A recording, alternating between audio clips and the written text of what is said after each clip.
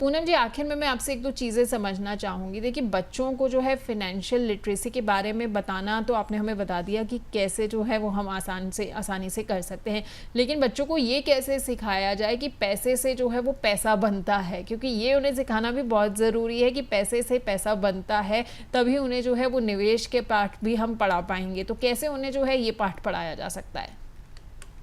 बच्चों को ये पाठ, आप सही कह रहे हो, बहुत ज़रूरी है कि बुनियादी तौर पे ये सिखाना कि पैसा कैसे बनता है, ये सिखाना। तो उन्हें अगेन घर में बताया जा सकता है कि जैसे पापा सुबह काम पे जाते हैं और शाम को आते हैं, तब उन्हें एंड ऑफ द मंथ पे डे मिलता है। मम्मियाँ जो हैं वो भी घर का काम करते हुए नौकरी पे जाती हैं और आती हैं। घर में जो हेल्प है, हमारे जो काम कर रहे हैं, उन्हें बदले में, हम काम करने के बदले में पैसा दे रहे हैं। तो ये बच्चों के दिमाग में शुरू से क्या बोलते हैं, बिठा देना चाहिए कि मेहनत करने से, कुछ करने से ही पैसा मिलता है, पैसा फ्री में नहीं मिलता है। इसी कॉन्सेप्ट को आगे बढ़ाते हुए अगर वो कुछ अच्छा काम कर रहे हैं या मेहनत करके आपको मदद कर रहे हैं छोटी छोटी चीज़ों में घर में, तो बदले में आप उन्हें रिवॉर्ड दे सकते हैं।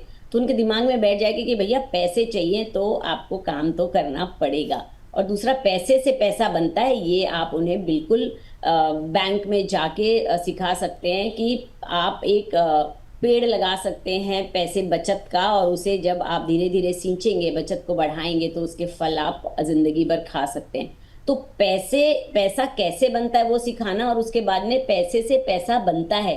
तो ये दोनों चीज को कंबाइन करके जब बच्चों को इन इंटरेस्टिंग वे बताया जाएगा, तो I think it will go a long way in making him a responsible citizen.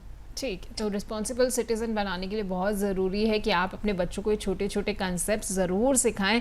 लेकिन पूनम जी, अंत में मैं ये भी जानना चाहूँगी कि फिनेंशियल लिटरेसी सिखाना सबसे बड़ी किसकी जिम्मेदारी है? क्या ये पेरेंट्स की ही जिम्मेदारी है या स्कूल की भी जिम्मेदारी है? On this I will say Pallavi कि ये दोनों की ही जिम्मेदारी है। रिस्पॉन्सिबिलिटी, स्कूल में बच्चे, देखिए घर में जितनी देर रहते हैं उतनी ही देर वो स्कूल में भी रहते हैं। जी। घर में जो बच्चे रहते हैं उसमें आधा समय तो उनका सोने खाने में चले जाता है, पर जो मेन प्रोडक्टिव आवर्स होते हैं वो आधे घर और आधे स्कूल में होते हैं। दोनों का एक कंबाइंड एफर्ट होता है। स्कूल में वो पैसे से रिलेटेड बेसिक मैथमेटिक्स सीख सकते हैं, जमा गुणा भाग, माइनस प्लस मल्टीप्लिकेशन डिवीजन, ये सीख सकते हैं। और मैथमेटिकल थ्योरम सीख सकते हैं, लॉजिक सीख सकते हैं, एल्जेब्रा सीख सकते हैं। मगर पैसे का जो असली फील और जो पैसे की जो सीखे हैं, वो घर में, अपने घर में किस तरीके से पैसे का उपयोग और उसकी वैल्यू की जाती है, वो माँ बाप को देखते हुए, उनके उदाहरण से, और रोजमर्रा में किस तरीके से उन्हें पैसे के समझ दी जाती है, उसमें है। सो आई थिंक ये मिला जुला एफर्ट है, एंड दोनों पार्ट बहुत जरूरी।